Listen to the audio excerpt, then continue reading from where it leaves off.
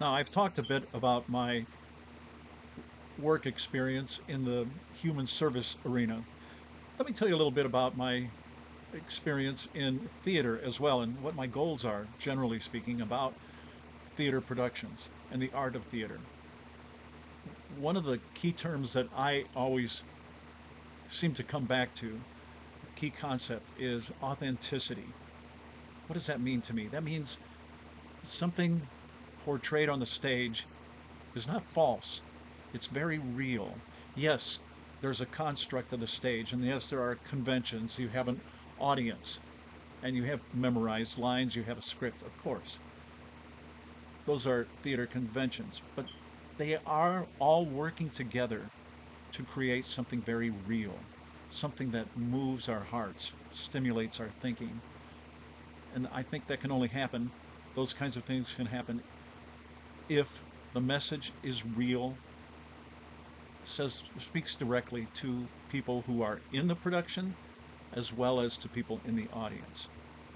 I believe that this play, Native Gardens, possesses all of these wonderful qualities of conveying something very real, in fact, very relevant for what's happening right now.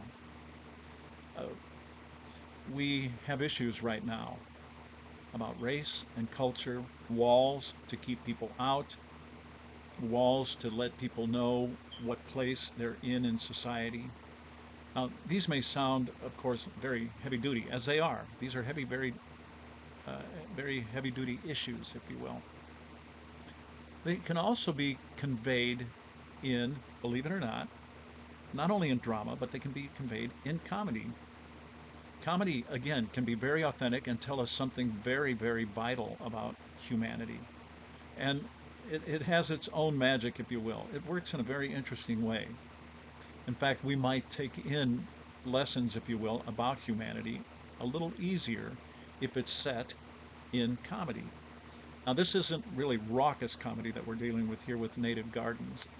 What we're talking about are two neighbors, a young couple who moves into a neighborhood in the DC area, and there's an established couple who lives next door, older, and they have their set views about what constitutes a household, what definitely constitutes a garden.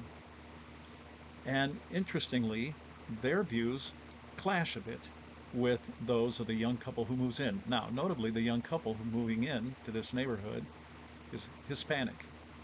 They're ambitious, they're very, very bright, but they also realize that there are some interesting bridges that have to be crossed to make connections with people, to make connections with their neighbors. Actually, that kind of a theme, if you will, that that should resonate with a lot of people, irrespective of our cultural backgrounds.